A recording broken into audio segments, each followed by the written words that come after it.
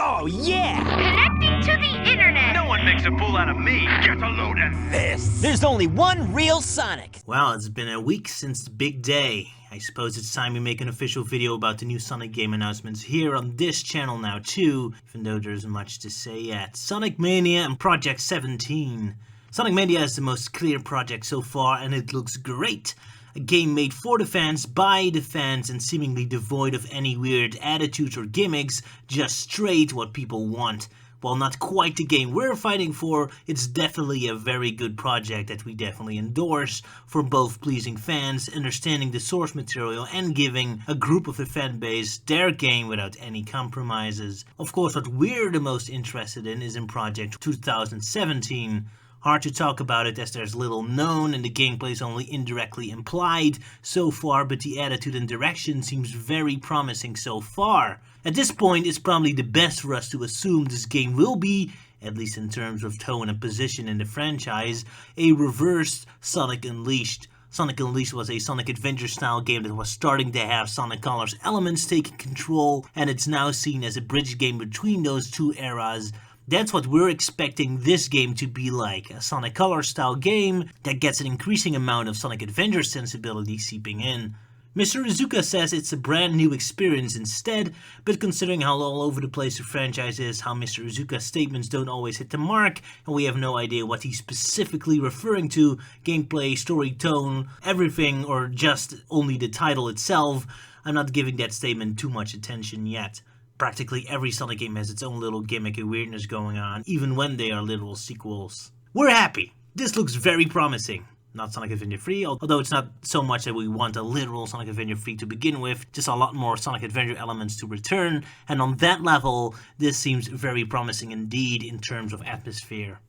But let's talk about the elephant in the room, the one thing that's on everyone's mind, Classic Sonic's appearance. Let's talk about context. Now, it's impossible to make any statements on the quality or approach of the gameplay yet, so let's ignore that entire train of thought and just look at the psychological effects Classic Sonic seems to have on the fans, because this is also very fascinating. By the build-up and reveal, it's clear Classic Sonic's appearance is meant as a big fan service moment. A moment in the trailer where we're all meant to be cheering and shouting in joy, and I can almost see Mr. Iizuka there sitting at the convention with a smile of anticipation on his face as the trailer is approaching the big moment, ready for the big cheer. And to be fair, there really was a huge cheer in the room, if the reaction videos about the event are to be judged, which is very interesting because the comments everywhere give a different story. Of course, there's a difference between getting a first initial reaction or your reaction after the fact.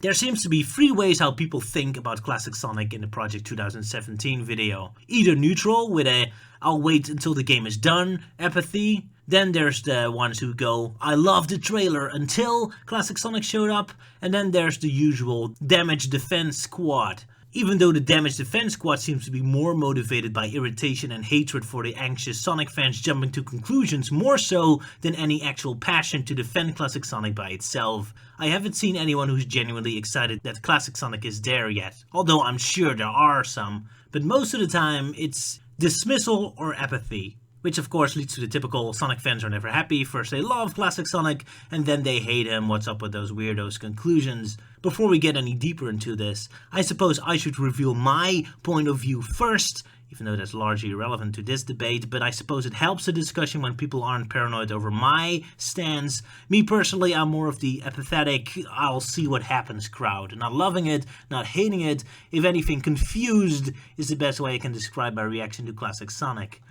Now then, one thing that everyone surrounding Sonic always seems to have a problem with, whenever it comes to the fans or the creators alike, it's understanding context. Good things and bad things or general opinions don't always exist in an incorruptible void, they're connected to a context.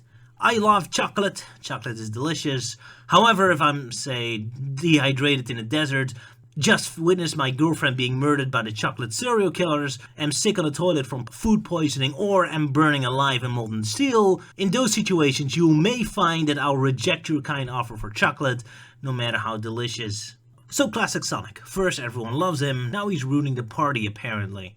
Great. While ignoring the first obvious answer to why, Sonic fans always seem to give contradictory responses. The fact that there doesn't exist one hive-minded Sonic fanbase, but instead we're all isolated little fanbases constantly at war with each other. The fans reflect the products, which is shattered beyond belief. But ignoring that, Classic Sonic was originally celebrated because he represented several things. When he showed up in Generations, he represented a split between 3D and 2D Sonic that fans wanted for a long time. This ended up not truly happening as modern Sonic remained this weird hybrid between 2D and 3D Sonic, and both Generations and Sonic 4 still failed to truly recapture the essence of 2D Sonic games as well. So on a negative note, Classic Sonic Arrival failed to create the split we wanted, but on a positive note, at least now, Sonic Mania has arrived to scratch that itch. So this angle of Classic Sonic is no longer relevant. Then B, it was a cool story element. Generations was all about Sonic traveling in time to go through his old adventures, and he met his old self along the way. Awesome story concept, to do once. That itch has been scratched and is no longer necessary. Then C, it felt like an apology for Sonic 4. People were upset that Classic Sonic wasn't in Sonic 4, and now he appears here. This mistake has been remedied with a vengeance, so it's no longer relevant. And then the Classic Sonic represents a certain aesthetic, a certain gameplay, a certain grace, a certain quality. Unlike modern Sonic, who's a complete whore now and can be mindlessly shoved in any situation. It can be controlled by any writer or visionary how they please and stands for nothing anymore. Classic Sonic still stands for something. So on those 4 counts, Classic Sonic was very welcome in Generations. It would make a clear gameplay split where Classic Sonic Returns and Modern Sonic could stop being this weird hybrid, which never happened. It was a cool story element, would have if Generations was interested in telling a story, which never happened. It was a nice apology accepted, and it fit perfectly with returning to the universe of Classic Sonic and showing Sega still had it and was still willing to revisit the old universe. Cool. Oh, and E, I suppose he looks cute. Even though Classic Sonic wasn't really originally meant to be super cute, but whatever, I guess Classic Sonic is now retconned and being this cute, adorable kitty. So that worked in 2011, that worked in Generations, doesn't necessarily mean that works in Project 2017. The trailer seems to imply an entirely different story and approach, and Classic Sonic looks more out of place here, unlike Modern Sonic, who, as I already said, is used to be thrown into any insane environment or type of story with very little thought. Classic Sonic still really belongs to a certain style. While he was in serious environments in Generations, it had a special context. Well, here we don't know yet.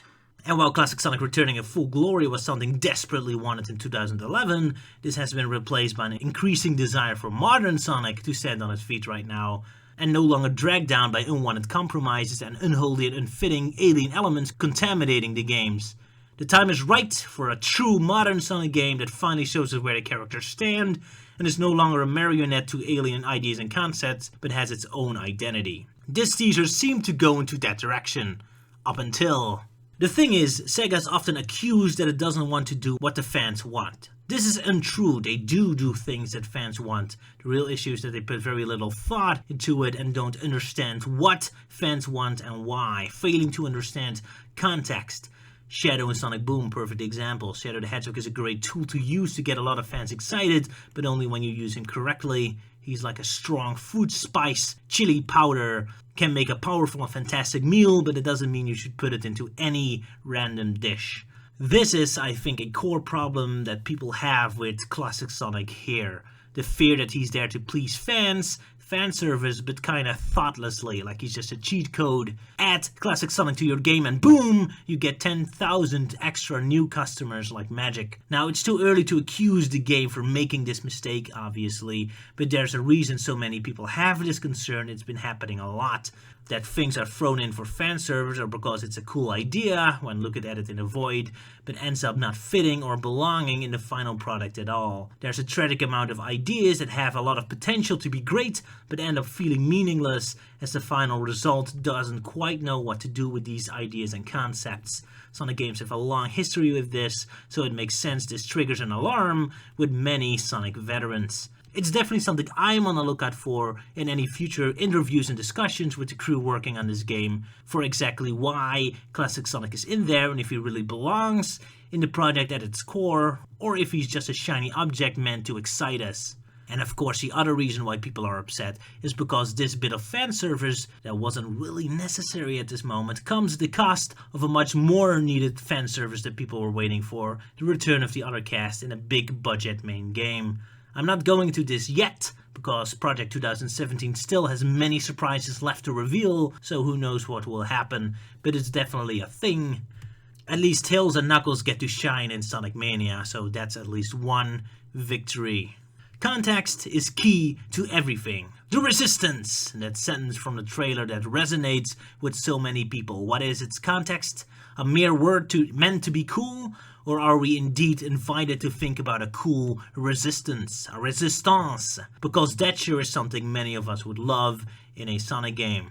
All that said, while this is a very interesting issue for us to be on the lookout for, context or lack of it, at the moment this is not extremely concerning. For now, we should be celebrating that Sega is finally confident again to be happy to associate its new game with visuals like these, and with Sonic Mania being there to occupy the folks who don't like the more intense Sonic. That means it won't get too much counterattacks and force from the fans who don't like the serious Sonic.